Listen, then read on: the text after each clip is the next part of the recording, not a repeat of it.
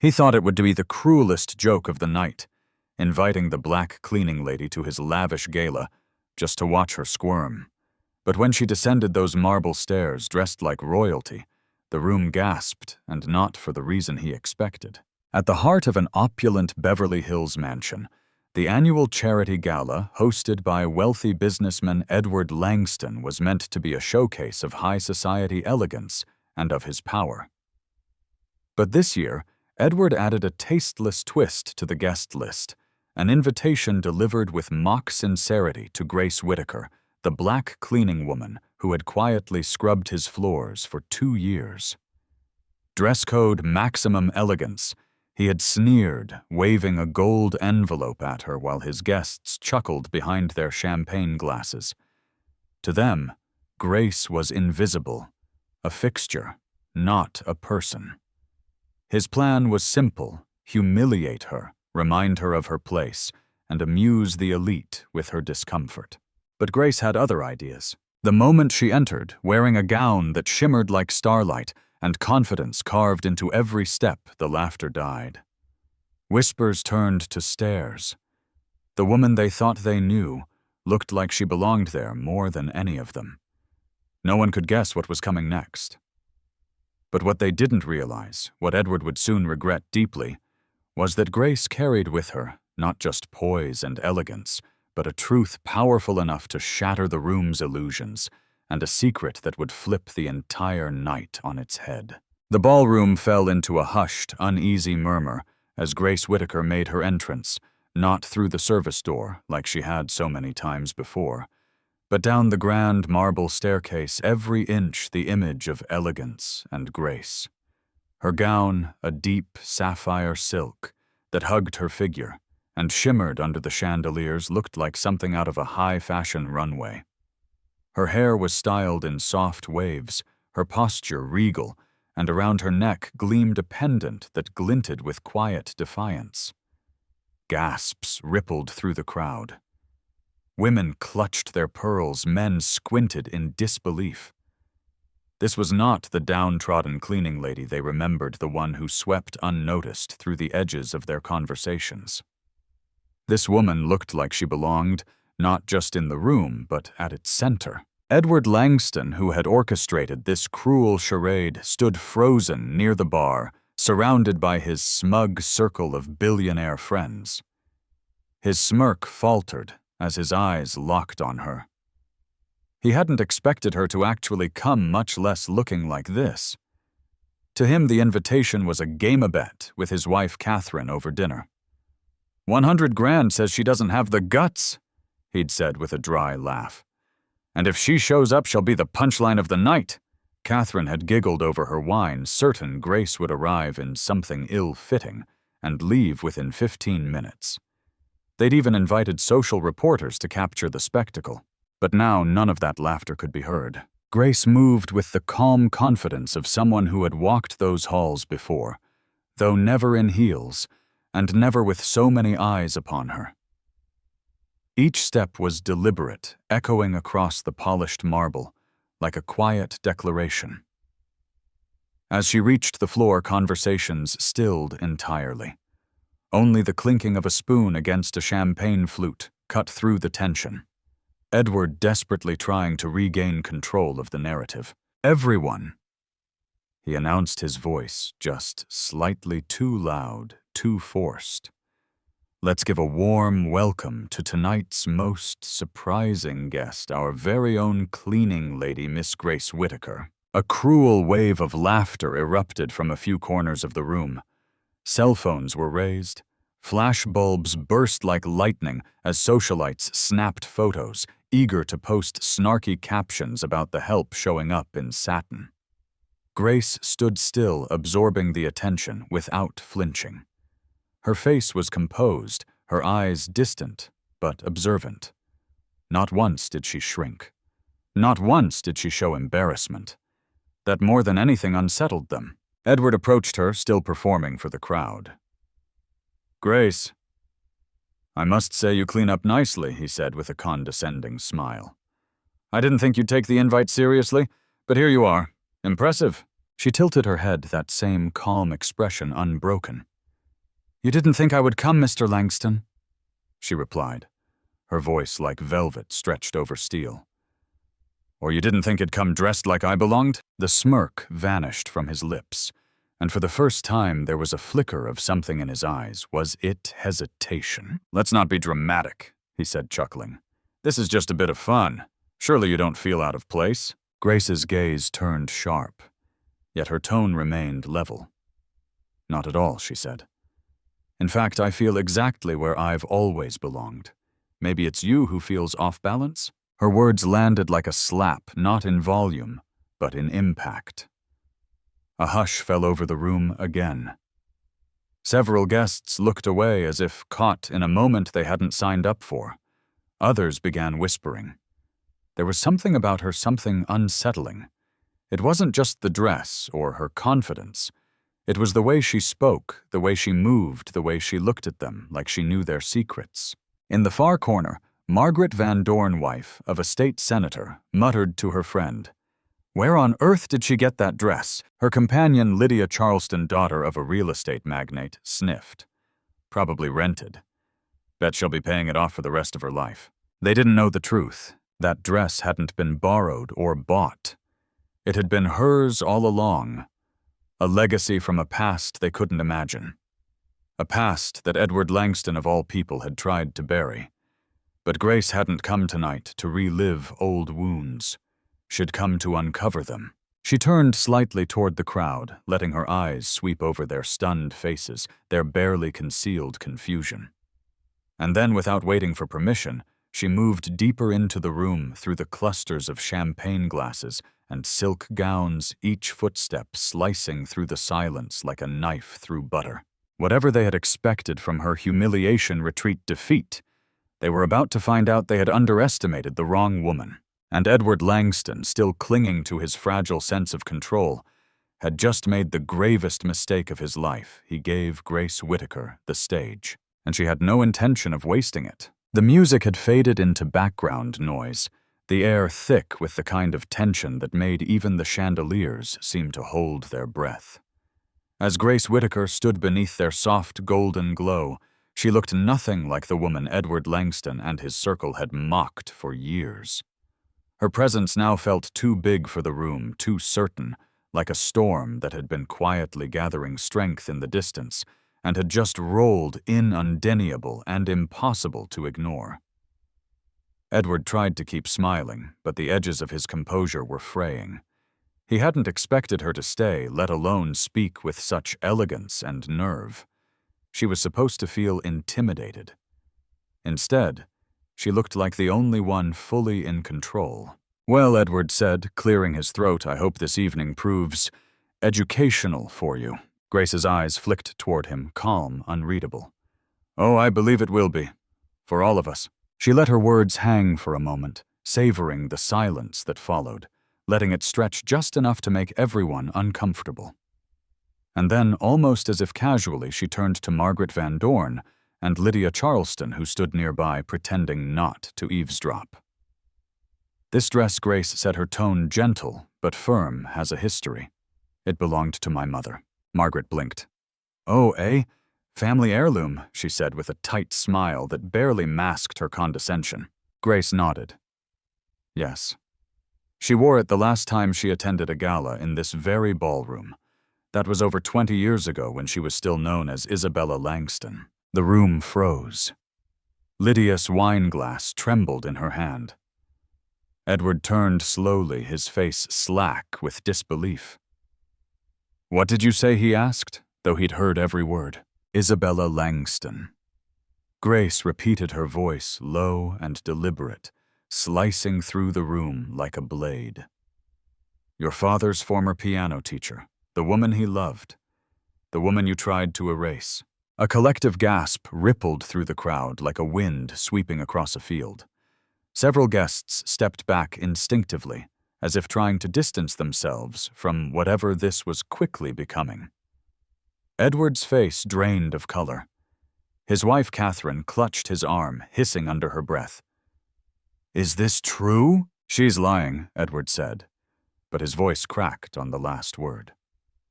He looked around, searching the room for backup, but the faces that had once grinned alongside him were now uneasy, retreating. Grace reached into her small velvet clutch and pulled out a delicate ring sapphire, set in gold, bearing the Langston family crest. She held it up for all to see, and the gasp that followed was even louder. This, she said, her voice unwavering, was my mother's engagement ring, given to her by your father, Harold Langston, the man you told everyone died with no other heirs. I don't know how you got that, Edward said, his voice rising. You stole it. Grace let out a soft, humorless laugh. You can't steal what's yours by birthright, someone near the back whispered. Oh my God, she's his daughter. Grace turned to face the crowd head on. I'm not Edward Langston's cousin. I'm his half-sister. Silence. Then chaos. Murmurs turned to audible exclamations. Cell phones were raised again, but this time the photos weren't for mockery. They were documentation of something extraordinary unraveling in real time. Catherine's eyes filled with panic as she stepped away from her husband. Edward looked like he'd been struck by lightning.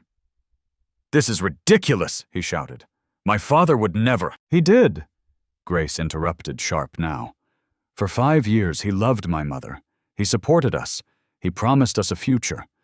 And when he died, you buried that truth. You sold the house he bought for her. You cut off every connection.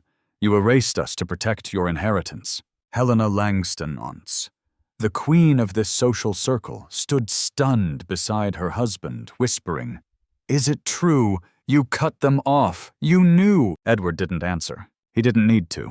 Grace took a step forward and the crowd instinctively parted.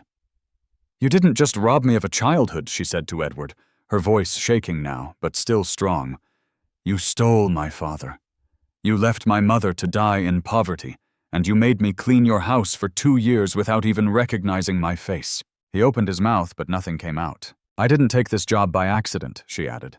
I came here with purpose. I waited. I listened. And I remembered every room, every secret, every lie. The guests, once so quick to laugh now, stood frozen in uncomfortable awe. The air was electric, charged with the weight of long-buried truth and the smell of scandal.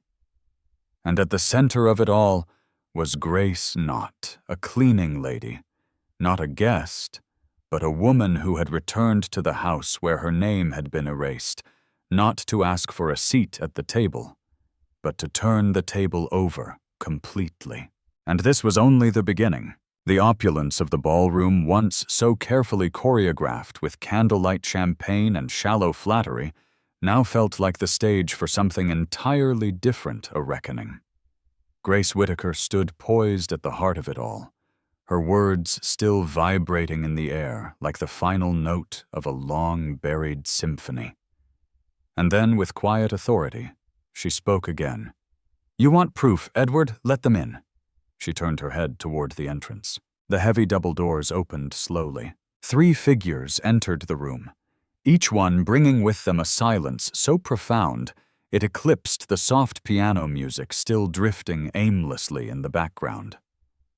The first was Elaine Porter, one of Beverly Hills' most respected investigative journalists. The second, Daniel Cho, a sharp-eyed attorney specializing in estate and inheritance law. And the third, the one who made Edward Langston recoil like he'd seen a ghost, was Dr. Alan Hamilton, the Langston family's former private physician. Elena's hand flew to her mouth. Alan. What are you doing here? She whispered. Dr. Hamilton stepped forward, clutching a thin folder in his trembling hands, but his voice was steady. I've waited 20 years to say this. Harold Langston did not die of natural causes. His death certificate was falsified.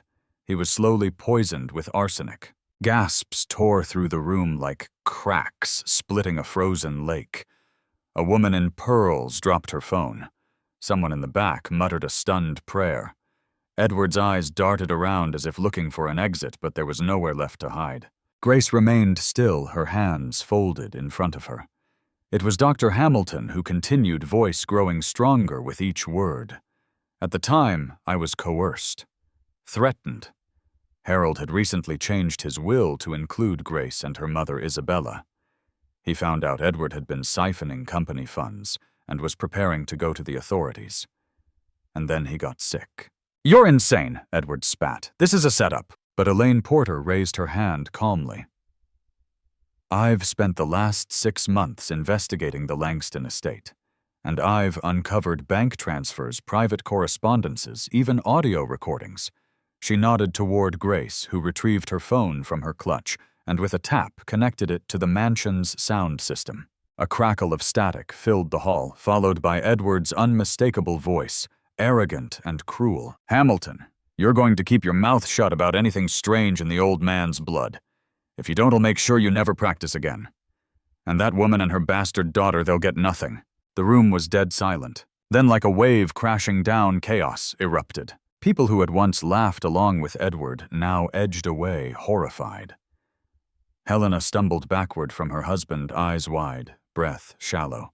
"Edward, you killed your father," she whispered. He shook his head violently. No, I didn't. This is all twisted." "You didn't just kill him," Grace said, her voice cutting through the noise like a scalpel.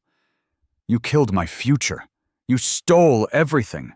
My home, my name, my dignity, and then you brought me into this house to clean your mess, literally. 2 years I scrubbed the floors of the man who murdered my father." Her voice cracked on the last word, but she didn't look away. Attorney Daniel Cho stepped forward, now pulling a document from his briefcase. "We have a copy of the original will, and with evidence of fraud, coercion, and murder, all assets can be redistributed according to that document. We'll be filing a $50 million civil suit effective immediately." Edward staggered back into an armchair, his face pale and wet with sweat. "Please," he whispered. The bravado evaporated. "Don't do this. Think of the children. Think of the family." "You destroyed the family the day you chose greed over justice," Grace replied. Helena turned away from him completely, now tears brimming. "My children found out you're a murderer through social media. And then came the final blow." Dr. Hamilton looked directly at Grace. "I've already contacted the police. They'll be here within the hour." Outside sirens began to wail, faint at first, but growing louder. The night that began as a farce, a petty act of cruelty wrapped in black tie glamour, had spiraled into a scandal that would burn through California high society like a wildfire. But in the eye of the storm stood Grace Whitaker, calm, unshaken, whole. Her voice was soft now, almost tender. "I didn't do this for revenge. I did it for justice, for the woman who raised me, for the man who never got to hold his daughter in the light of truth, for every person you treated like furniture while you played God in this mansion." Outside the mansion, reporters were already gathering. Inside, Edward Langston sat in disgrace. And Grace, she was no longer the help. She was the heir, and her era was just beginning. The flashing lights outside the mansion cast eerie shadows through the towering windows, streaking the ballroom in flickers of red and blue. Police officers pushed past reporters gathered like vultures at the gates, their cameras snapping feverishly. But inside it was Edward Langston, who looked like a man already imprisoned, slumped in a velvet armchair, eyes glazed, skin clammy with sweat. Every inch of his empire built on lies and entitlement was unraveling before his eyes. He watched as Grace Whitaker, the woman he once invited as a cruel joke, stood dignified in the center of the room. No longer just the cleaning lady, no longer just a name he tried to erase. She was a force now, one he couldn't contain, and in her silence she made him feel smaller than he had ever known himself to be. As the officers entered and read Edward his rights, the ballroom, which only hours before had echoed with shallow laughter and champagne toast, now held its breath. Helena, his wife, stood rigid near the balcony doors, refusing even to look at him. "You shamed our children," she said, her voice trembling, "and you dragged all of us into your darkness. You don't get to say their names anymore." She turned her back on him, weeping quietly as he was placed in handcuffs. Edward whimpered a final plea. "Grace, please, don't let them take everything," but she didn't flinch. She met his eyes one last time. "You destroyed yourself, Edward. I just made sure the truth had a microphone. Outside, a wall of cameras and journalists lit up as Edward Langston was escorted down the same marble steps where Grace had made her unforgettable entrance hours before. But unlike her, his presence didn't inspire await-ignited headlines, fury, and scandal. Inside, the crowd that once ogled Grace now approached her with cautious reverence. Some offered sheepish apologies. Others just lowered their eyes, unsure how to face the woman they had ridiculed. But Grace didn't need their pity. She hadn't come for applause, she had come for justice. And now, with Edward arrested and the truth laid bare for the world to see, her work was only just beginning.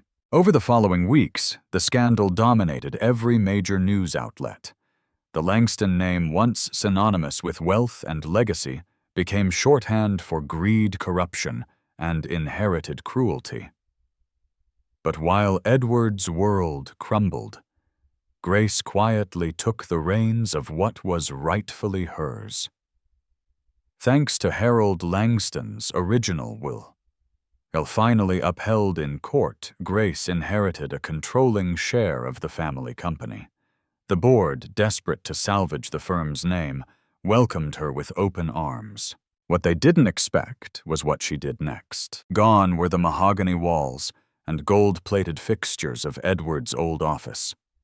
Within weeks, Grace had them replaced with warm, open spaces filled with natural light, community art, and photographs not of executives in tuxedos, but of employees promoted from within, of families supported through company wellness programs, of justice restored. On her first day as CEO, she issued a memo that rippled across the corporate world. From now on, we rise by lifting others. No title makes you more human than the person sweeping the floors beside you. And it wasn't just words. Wages were raised. Entry-level staff received health care and tuition assistance. A program was launched to support victims of domestic violence, the largest of its kind in California. A scholarship fund in her mother's name provided college access for young women in underserved communities. And quietly, without fanfare, Grace donated a portion of her personal inheritance to a foundation for children who had lost parents to workplace injustice. The same socialites who once sneered at her now requested meetings. Invitations to speak at universities and leadership summits poured in. Forbes ran a cover story titled, "From Broom Closet to Boardroom, the Woman Who Rewrote Power." Grace smiled politely at the attention, but always declined interviews that framed her as a victim-turned-hero. "I'm not here to be admired," she told one reporter. "I'm here to rebuild." Helena, now divorced, moved out of state with her children and sent Grace a quiet letter months later. "You didn't have to protect my children from the storm their father caused, but you did. For that I will be forever grateful." Grace never responded, but she kept the letter in her desk drawer. As for Edward Langston, he was sentenced to 25 years without parole. The charges included murder fraud, embezzlement, and obstruction of justice. His assets were liquidated to repay victims of his financial crimes. In prison, he wrote one letter to Grace.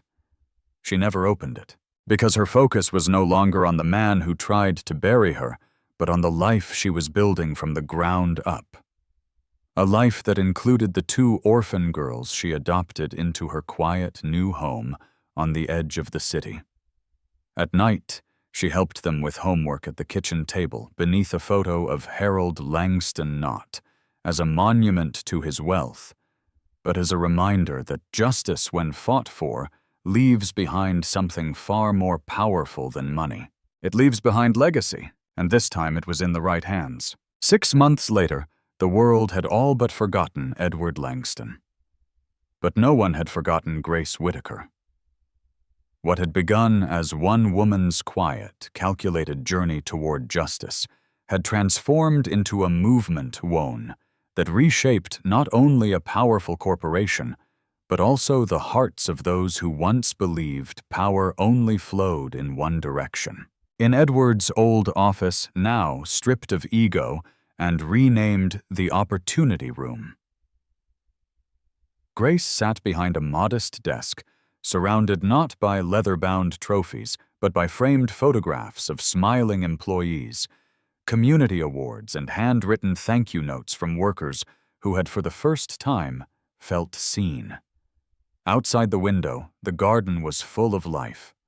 Employees ate lunch side by side, janitors, interns, senior executives, all under one shared sun. On this particular afternoon, her new assistant, Monica, knocked gently. "Miss Whitaker Forbes is downstairs for the follow-up interview." Grace smiled and shook her head. "Reschedule it.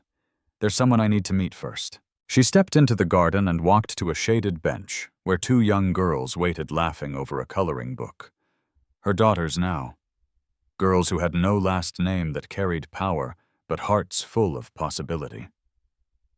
She sat between them, helping one sound out a new word, gently correcting the other's math.